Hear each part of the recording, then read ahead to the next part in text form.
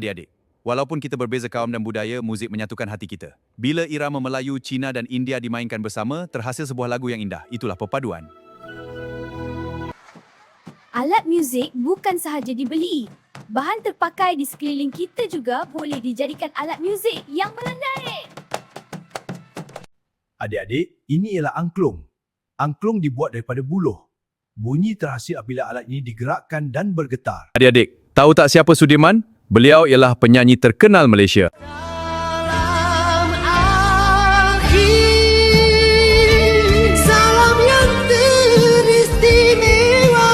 Bersamanya ku memohon keampunan, melaluinya ku beri kemaafan kepadamu. Muzik. Muzik adalah irama kehidupan. Ia mengajar kita disiplin dan harmoni. Mari kita mulakan pelajaran hari ini.